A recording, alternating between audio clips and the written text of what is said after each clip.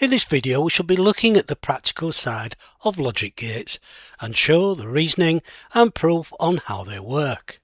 To help us to prove that logic gates are sound is using a breadboard, and that yes, at one time these were used by hobbyists to create all types of electronic equipment, as the sockets and components were big and bulky compared to modern day electronic equipment.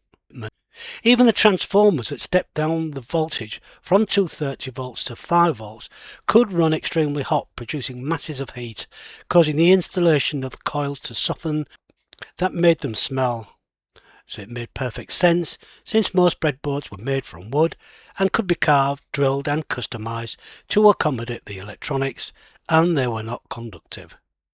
Over the 60s and 70s, other alternatives were introduced. Some worked on a spring system, where a component was trapped in a spring and a wire from that component would be fed to another component. Then came the variboard, which was the experimenter's dream. It was a copper-clad laminate board and was available in single or double-sided format. The components were inserted into the holes of the boards, then soldered into position. This was certainly an improvement, but did have the problem when correcting the circuit, as the components had to be desoldered.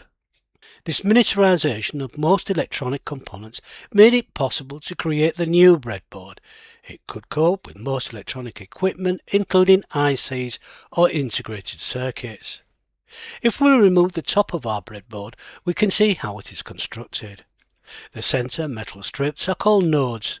These are like a spring. When a component is pushed into the clip, it grips it tightly, creating an electrical contact.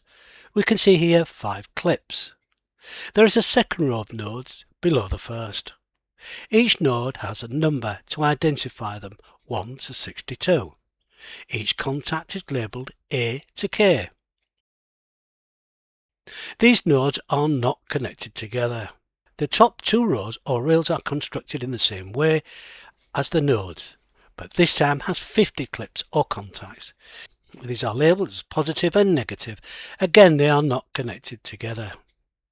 These 2 rows are repeated at the bottom of the breadboard and also not connected together.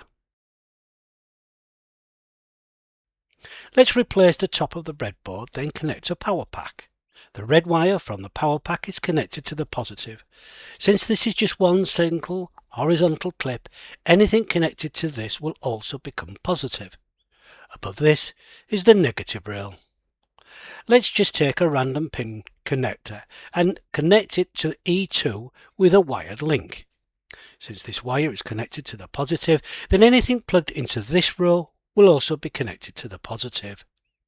If we now connect A1 and K18 with a further link, anything plugged into this row will also become positive. Let's connect the negative wire to the negative found at the top of the breadboard. Once again, the whole of the top row will now be negative. We can now connect the negative from the top row to K48 using a linked wire. If we now remove the top of the breadboard, we can see how these nodes are connected together through the wires.